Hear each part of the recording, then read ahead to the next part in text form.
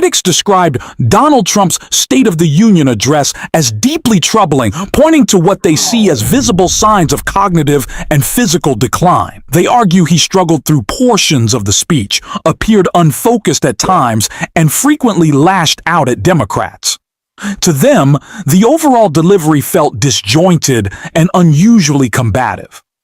Even some Republicans, observers noted, seemed uncertain about when to respond or applaud, as several moments in the speech landed awkwardly. The address began with Trump revisiting one of his central 2024 campaign promises on affordability, a pledge critics now say has not materialized as voters expected, setting the tone for a speech they believe raised more concerns than confidence.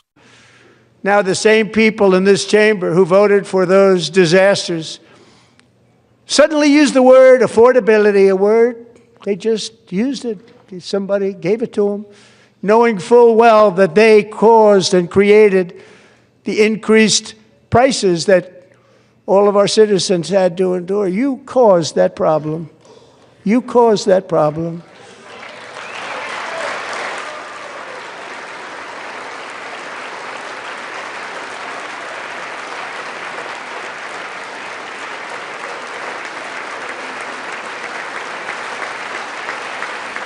They knew their statements were a lie. They knew it. They knew their statements were a dirty, rotten lie. Their policies created the high prices. Our policies are rapidly ending them. We are doing really well. Those prices are plummeting downward.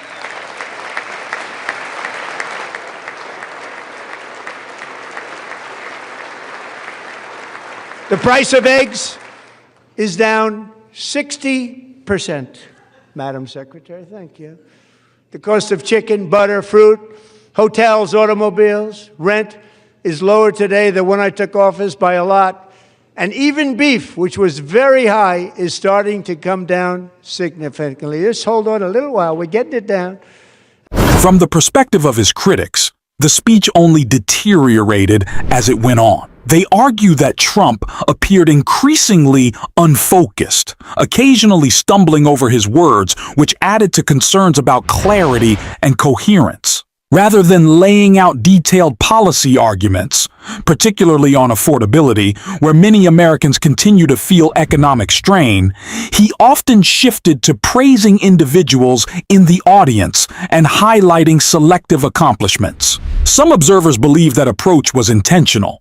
By spotlighting people in the crowd and prompting applause, the speech avoided sustained engagement with tougher policy questions. However, when Democrats declined to applaud certain claims, Trump responded sharply, escalating the partisan tone of the address. To critics, it reflected a defensive posture in a moment when they argue the administration lacks broadly popular achievements to emphasize.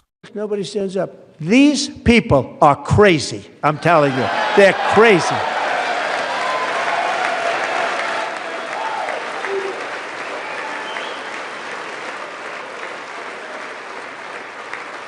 Amazing, incredible. Boy, oh boy.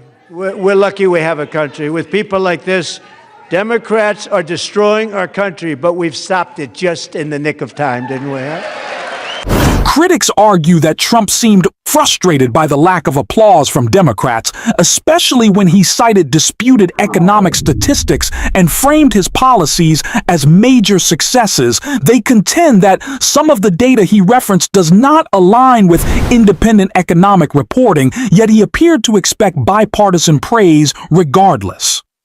After moving past those economic claims, he shifted to another frequent talking point: his assertions that he has resolved major international conflicts. However, observers noted moments where he appeared to struggle recalling details, including the names of countries he was referencing, despite having prepared remarks in front of him. For critics, those stumbles reinforced concerns about coherence and preparedness during high-profile addresses. Kosovo and Serbia, Israel and Iran, Egypt and Ethiopia, Armenia and Azerbaijan, the Congo and Rwanda, And of course, the war in Gaza, which proceeds at a very low level. It's just about there. And I don't think that Serbia is a country that Donald Trump solved a war with, but great job, Donald. The slurring only got worse, and it is because we were told early on today that this was our punishment, because the Trump presidency clearly hasn't been enough. We had to endure what is looking to be a 3-hour-long speech, as again, Grandpa just does story time. He's not laying out foreign policy of the future. He's not talking about his economic success, because he doesn't have it. Donald Trump is simply just rambling, because that's all his handlers thought he could handle, except for the fact that there's one thing he can't handle.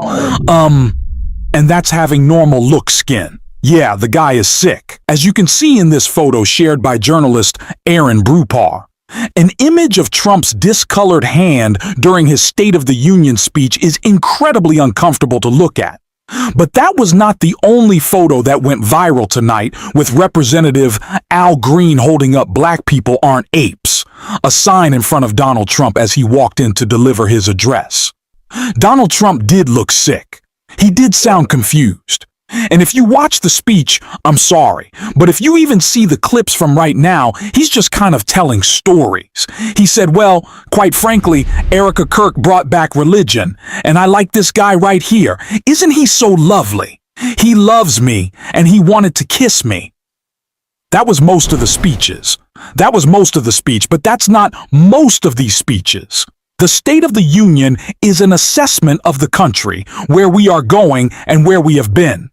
But Donald Trump can't remember, can't understand, and can't really articulate a thought unless it is actually made up, which is what he did when, again, this sundowning man returned to the one thing that makes him happy: made-up numbers, especially about foreign investments. In 12 months, I secured commitments for more than $18 trillion pouring in from all over the globe.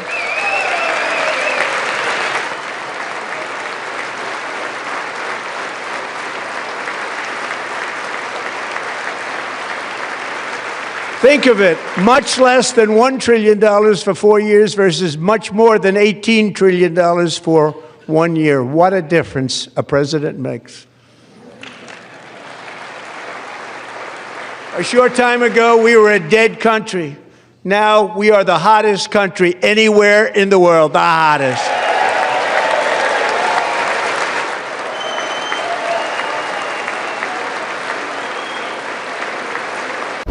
Critics say one of Trump's favorite talking points is the claim of massive foreign investments flowing into the United States. Figures, they argue, are often exaggerated or loosely defined. They contend that these announcements function more as symbolic wins than verifiable economic milestones, allowing Trump to project strength on the global stage regardless of the underlying details. One frequently cited example involves a White House meeting with Mark Zuckerberg, where a large investment figure was mentioned somewhat off the cuff. Observers noted the ambiguity around the number and whether it reflected a concrete commitment or simply broad economic activity. To critics, moments like that highlight what they see as a pattern: headline-grabbing numbers that generate applause but lack clear breakdowns. They argue that such exchanges benefit both political leaders and corporate executives, creating the appearance of major economic partnership, even if the specifics remain unclear. Meanwhile, Trump continues to pivot between these investment claims and other cultural or political issues, including criticism of DEI initiatives, often without providing detailed policy substance. We ended DEI in America.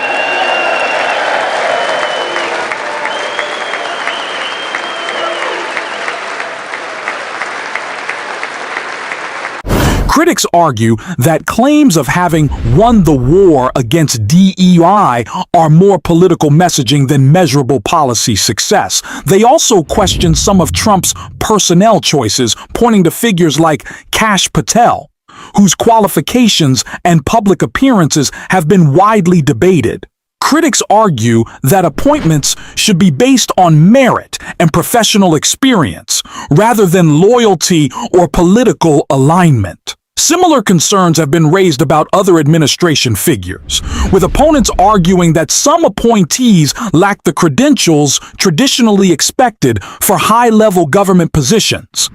Meanwhile, Trump has positioned himself as a crusader against government corruption. Critics, however, point to reports of his own financial gains during his political career, arguing that corruption claims should be applied consistently rather than selectively.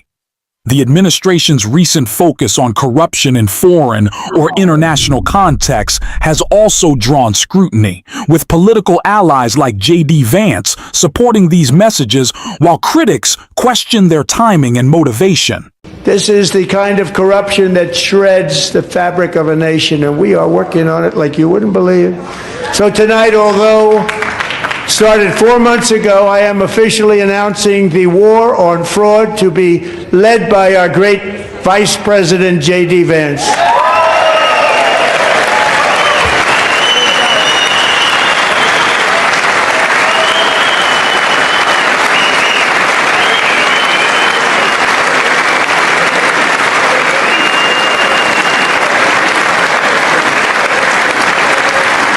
We'll get it done.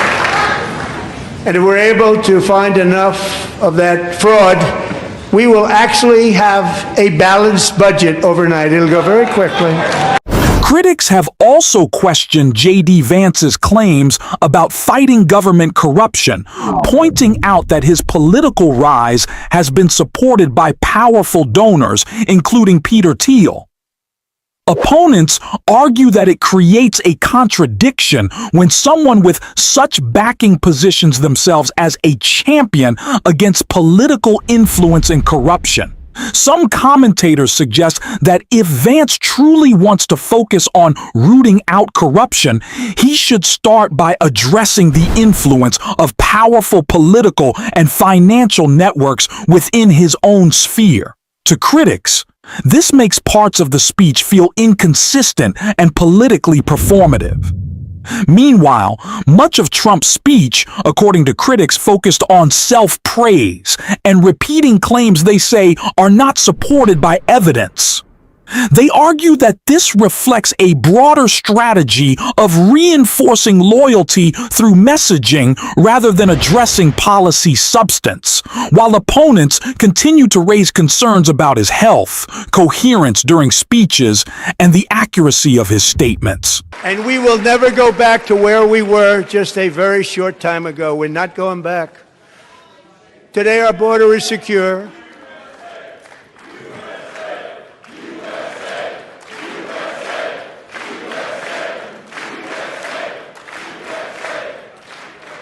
Thank you. Today, our border is secure. Our spirit is restored. Inflation is plummeting. Incomes are rising fast. The roaring economy is roaring like never before. And our enemies are scared. Our military and police are stacked. And America is respected again, perhaps like never before.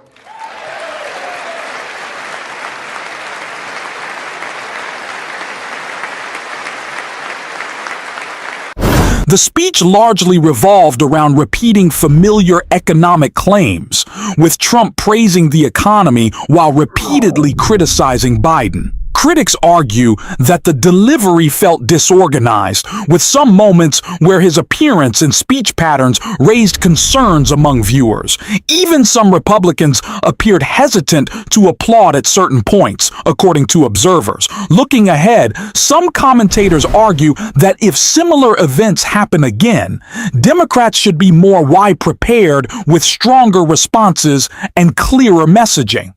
However, the focus is now shifting toward the upcoming midterms and future political battles. Coverage of these events will continue live from the Capitol, with further discussions and analysis from members of Congress. Stay engaged, stay informed, and continue following the political developments as they unfold. Thanks for watching, and if you stuck around at the end, you can drop the blue heart in the comments. And until next time, I will see you soon.